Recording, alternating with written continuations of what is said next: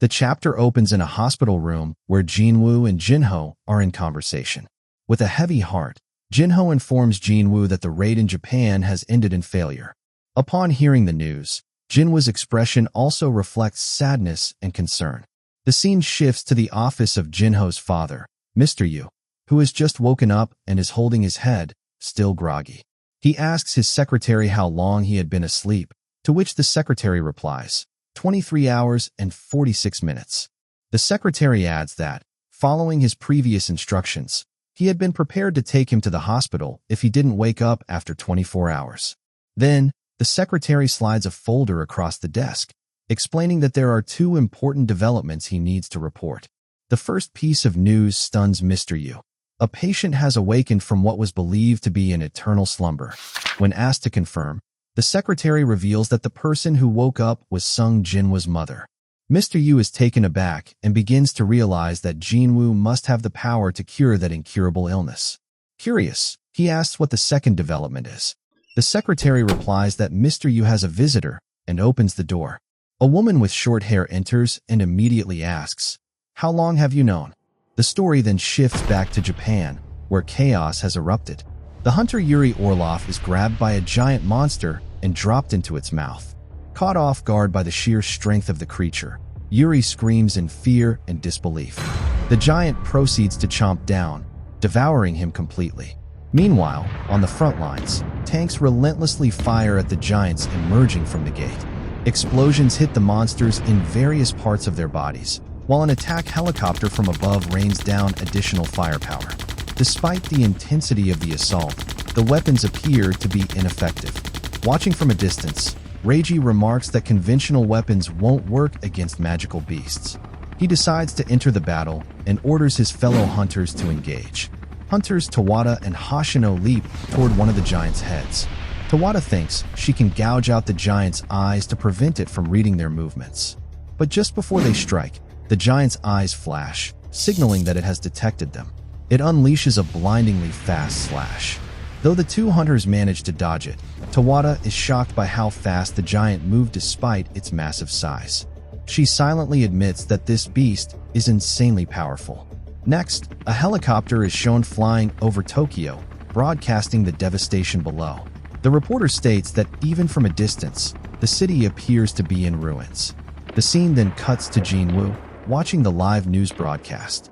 The reporter describes the situation as something that looks like hell on earth, and says that the entire country is closely monitoring the hunters' efforts to stop the catastrophe. Jin Wu reflects that the situation is beginning to resemble the Jeju Island raid, only worse. At this rate, all of Asia might be in danger. He knows he needs to act quickly. Suddenly, a voice interrupts him, telling him not to go. It's Gina, his younger sister, who had been listening from her room. She steps out, clearly aware that Jin Wu is thinking of joining the fight. Her face is filled with worry. Jin Wu asks what she means, and she replies that she knows he's planning to go to Japan. Her expression is sad. Jin Wu doesn't respond immediately, but then gently pats her head and says he's been overworked lately and plans to take a break. He tells her not to worry. The scene shifts to a quiet park, where Jin Wu is sitting alone on a bench. He calls out to his shadow soldier, Beru, who appears and addresses him as Your Majesty, before quickly correcting himself to My King. Jin Wu asks Beru if he's been watching period dramas again instead of keeping an eye on his sister, as he had instructed. Beru starts sweating and can't answer. Jin Wu says, "You're really obvious." He then asks how his sister is doing. Beru responds that Gina hasn't been doing much, mostly just sleeping. Jin Wu thinks to himself that she might still be traumatized by what happened at her school. After all, aside from his first raid 4 years ago, she had never tried to stop him from going out on raids. As Jin Wu walks, lost in thought about what to do next, a car suddenly stops in front of him, startling him. The next scene shows Mr. Yu and Jin Wu meeting in a private office. Jin Wu, puzzled, asks what business Mr. Yu has with him. Mr. Yu introduces himself formally as Yu Myung-han, chairman of Eugene Construction. He then slides a check across the table, surprising Jin Wu. He quickly clarifies that he's not some arrogant rich man trying to buy an S-rank hunter's favor. Instead, he asks Jin Wu to consider it a gesture of sincerity. Jin Wu understands immediately what they're about to discuss is not meant to leave the room. He also suspects that Mr. Yu is not trying to recruit him into a guild. So he directly asks, "What exactly are you trying to buy from me?" Mr. Yu hesitates, then admits that he is suffering from the same illness that once afflicted Jinwo's mother. Jin Wu is shocked and asks if Jinho knows. Mr. Yu replies that, aside from his doctor, only his wife and secretary know. Jin Wu is the fourth person to be told. Mr. Yu explains that during his tireless search for a cure, he discovered that only one person has ever recovered from this mysterious illness, Jinwo's mother. He doesn't believe this is a coincidence. All he wants, he says, is the truth. If Jin Wu helps him, he swears he will never forget his kindness. The chapter ends with Jin Wu reflecting that today feels like a day he is being forced to make a decision. The chapter begins in Japan, where the destruction caused by the dungeon break from the S-rank gate and the giants that emerged is evident. In the sky, a helicopter is seen reporting live on the unfolding events. Inside the helicopter are two individuals, a cameraman filming the ongoing chaos, commenting that what is happening is devastating, and a reporter stating that the beasts are destroying buildings and uprooting trees. It appears they are attempting to wipe out all traces of human existence, and to make matters worse, they are also consuming humans. Concerned, one of them asks if this means they might be also in trouble. The other reassures them, stating that based on the number of observational reports, they are safe as long as they are not the first to attack and stay out of reach. Meanwhile, two giant beasts are seen demolishing every building in their path. The reporter then mentions that their real problem is the largest giant they have seen, standing guard at the front of the gate, while the other giants have dispersed. One reporter wonders if it is guarding or waiting for something. The giant, holding a massive sword, stands directly in front of the gate. The cameraman offers a personal opinion, stating that he feels the giant is not alive. Despite breathing and moving, its movements appear robotic, as if programmed. The reporter responds, wishing that if that's the case, they might be able to shoot it down. Out of the 30 beasts that emerged from the gate, only 2 have been killed. He then asks how many days have passed since the break, to which the cameraman replies that it happened 2 days ago. They both wonder if the situation can be contained before all of Japan is razed to the ground, as a building is seen ablaze in the background. The scene shifts to the Ajin Guild office, where Jin Wu and Jinho are conversing. Jinho is surprised when Jin Wu mentions his intention to go to Japan. Concerned, Jinho asks if Jin Wu hasn't seen the news, pointing out that what's happening in Japan doesn't even compare to the Jeju Island incident. He adds that even he has never seen such massive magical beasts in his life. Jin Wu responds that if they succeed, people around the world will recognize their guild's name. Jinho hesitates, still worried. Jin Wu notices this and realizes that Jinho, usually confident in his decisions, is genuinely concerned this time due to the serious damage caused. Suddenly, Jinho decides that if that's the case, he will join Jin Wu. Jin Wu is taken aback, but listens as Jinho explains that during the Red Gate accident, the Jeju Island raid, and the recent double dungeon incident, the common factor was that he was nowhere to be seen. Jinho shows Jin Wu news reports about him, expressing that the only thing he's proud to show off is the fact that he was on his side. He admits it's embarrassing but acknowledges that Jin Wu gave him bragging rights. Jin Wu is stunned by his words, especially coming from the son of a business tycoon. Jinho firmly states that he will follow Jin Wu wherever he goes and pleads to be included.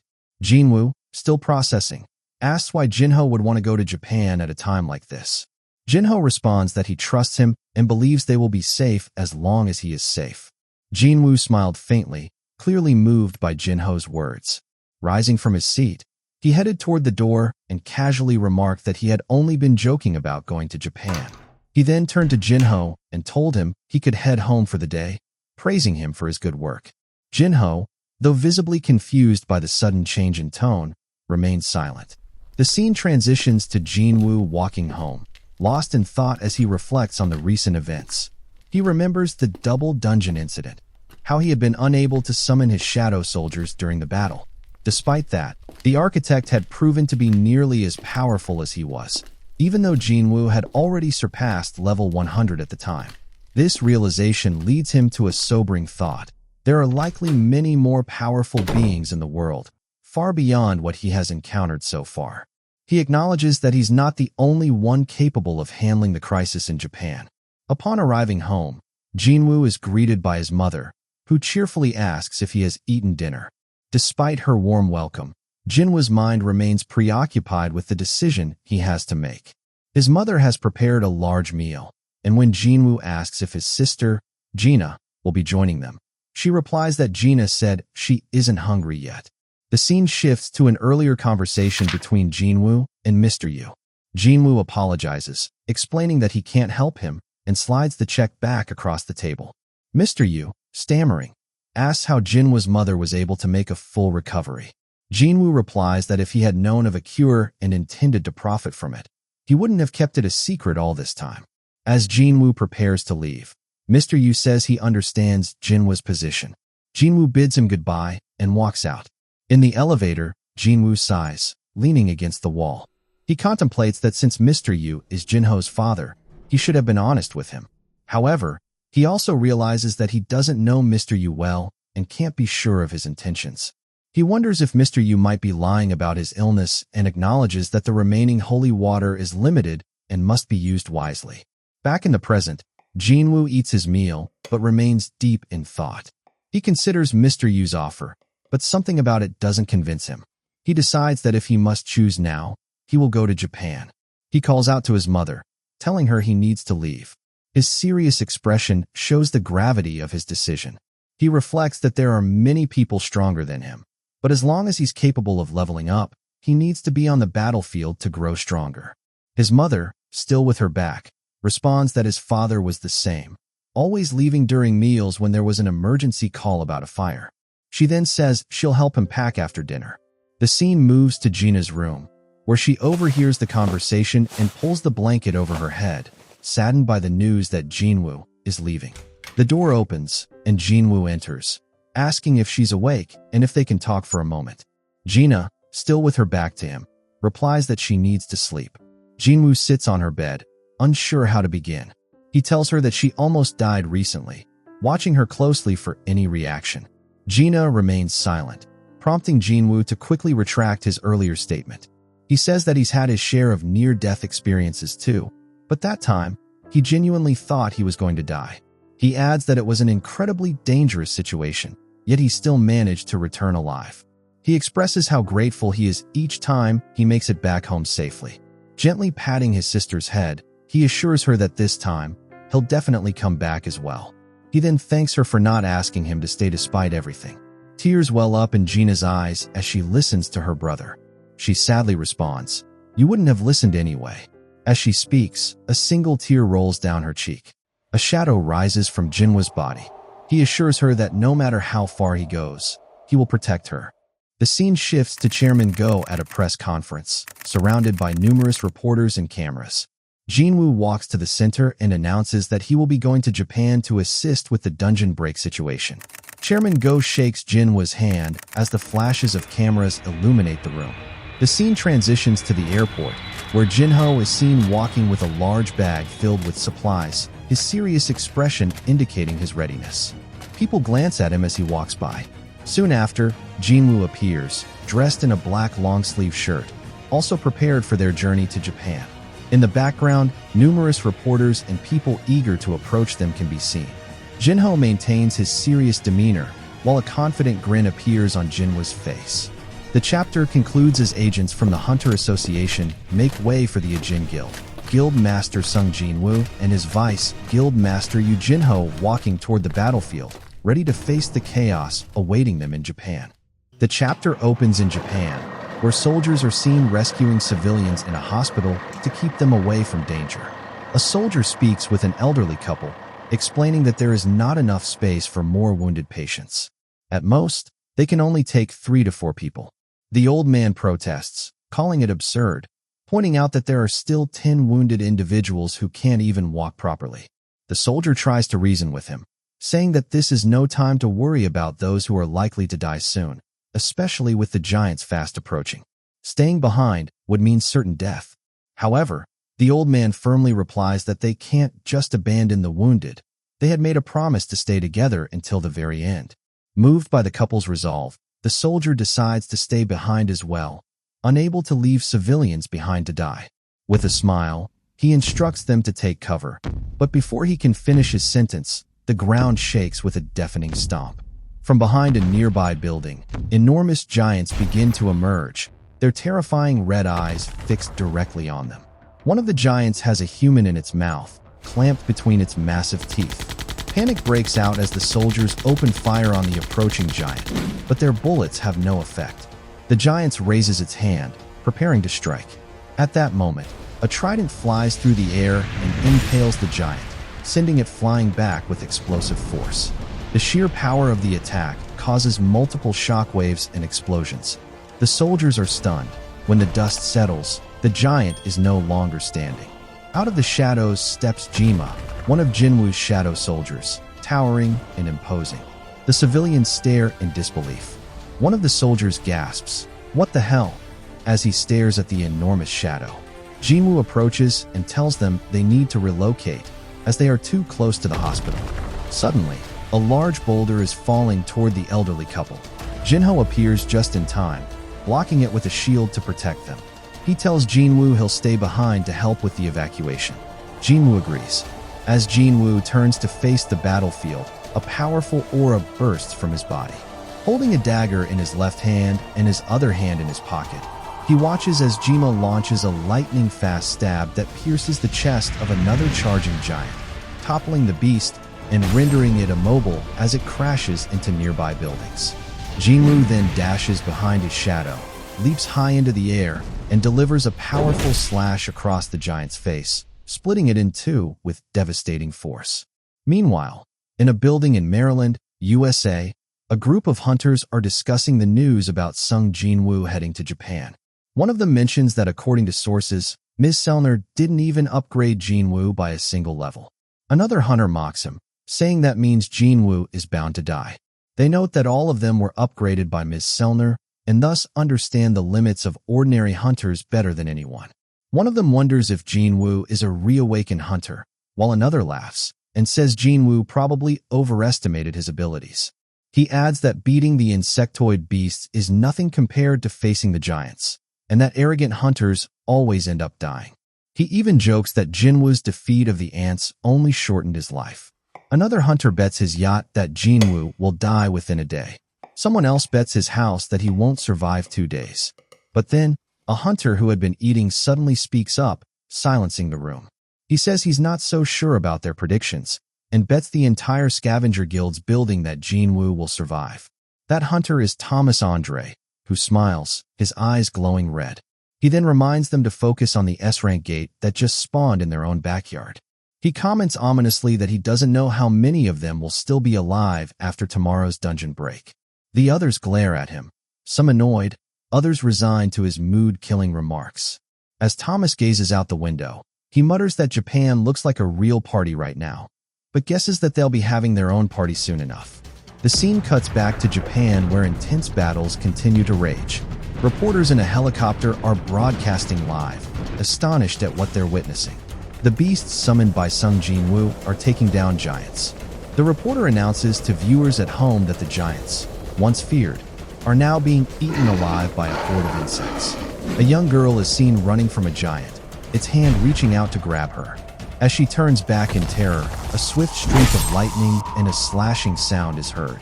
Igris, one of Jinwoo's shadows, has severed the giant's hand and holds the girl safely in his arms. Suddenly, from above the giant, another shadow, Iron, wielding a giant axe, strikes down with full force, creating a massive explosion and shockwave. Flying debris is deflected by Igris, shielding the child. As the dust settles, the girl peeks out. Igris looks visibly annoyed at Iron's reckless attack. Iron, however, smirks mischievously. Igris sighs and shakes his head before gently patting the child's head to ensure she's safe. From afar, Jinwoo watches the scene unfold and thinks to himself that Iron seems to be having the time of his life since his rank up. But at least, he's doing a good job. A nearby soldier then approaches Jinwoo, bowing and thanking him for the rescue. Jinwoo gives a thumbs up and praises the soldier for his bravery, saying, "Nice work." The soldier, surprised by the compliment, thanks him again. Jinwoo then called out to Jinho, instructing him to help the soldier reach a safe location. Without hesitation, Jinho agreed and walked off with the soldier, leaving Jin Wu alone on the battlefield. With the chaos still raging in the distance, Jin Wu turned his gaze toward the lifeless body of a fallen giant. The air around him grew heavy with silence. His expression hardened as he took a step forward, eyes locked on the massive corpse. "It's time to get down to business," he muttered to himself. Then, Jin Wu spoke the word that echoed with power, "Arise."